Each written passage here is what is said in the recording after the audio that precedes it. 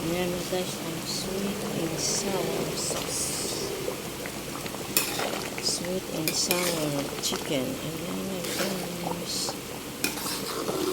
Yummy, yummy.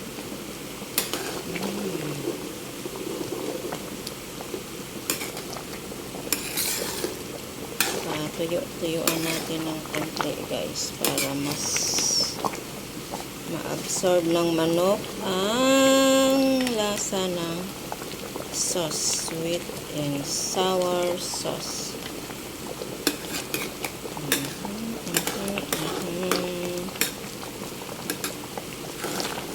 Ayan guys, sweet and sour sauce.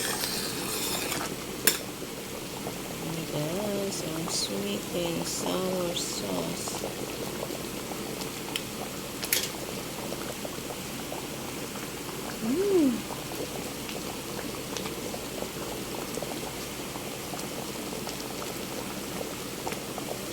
Tapos, ayan pa yung iba guys, hindi pa natapos.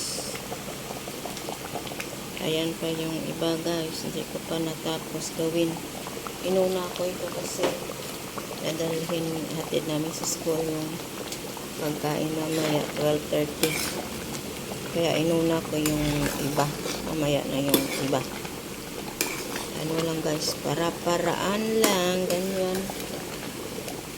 Ganyan ang buhay. Kailangan marunong ka gumawa ng para-paraan lang.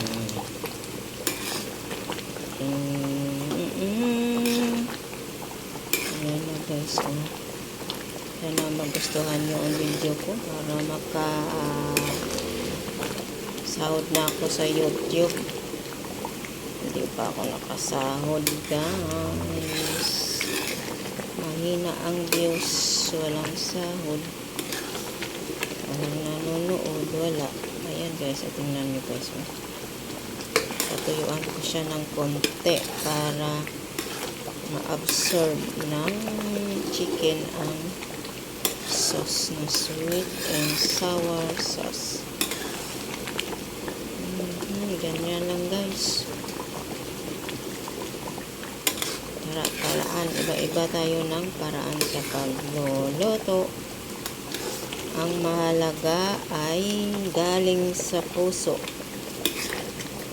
Love your work kasi maganda ang kinalabasan niyan.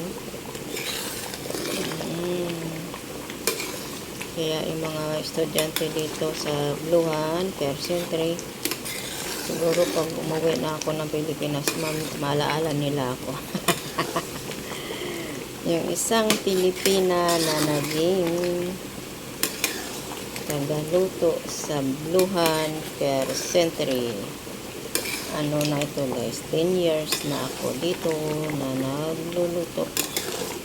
Mamamiss na ng mga estudyante.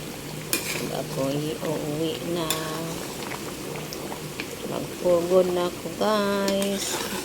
Tagal pa guys, di ba? Second year college pa lang ang anak ko guys. Kailangan matapos yan ng pag-aaral bago ako umuwi para may trabaho na siya. Para siya naman magtrabaho. At ako ay senior na guys, senior. 3 more years senior na ako guys. Kaya tiyaga lang.